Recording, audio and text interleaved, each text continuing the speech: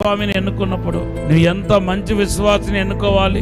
నీ కొడుకుకో కూతురుకో సంబంధాలు చూసినప్పుడు ఎంత మంచి విశ్వాసిని ఎన్నుకోవాలి. ఒక డబ్బు కోసం ఆశపడి వాళ్ళకి పలానా స్త్రీకి ఉద్యోగాలు ఉందని లేకపోతే అందంగా ఉందని నీ కొడుకునో కూతురునో తీసుకెళ్లి ఒక అవిశ్వాసకి ఇచ్చి పెళ్లి చేస్తే నీలాంటి దౌర్భాగ్యుడు, నీలాంటి దుష్టుడు ఈ భూమిలో ఎవరు ఉండరు. ఖచ్చితంగా నువ్వు దేవుడికి లెక్కప్ప చెప్పాలి. ఆమె ఆత్మ నష్టపోవటానికి కారణం, ఆ అబ్బాయి నష్టపోవడానికి కారణం నువ్వు దేవుడికి లెక్కప్ప చెప్పడం తప్పదు. ప్రభు వాక్యం స్పష్టంగా ఉంది.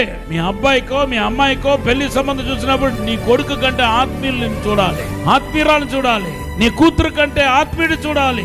ప్రభులో ఎదిగిన వ్యక్తిని చూడాలి. అటువంటి వాళ్ళు దొరకకుండా ఉన్నంత వరకు వెయిట్ చేయాలి. 1 సంవత్సరం ఎక్కువైనా పర్వాలేదు, తక్కువైనా పర్వాలేదు, but you have to wait.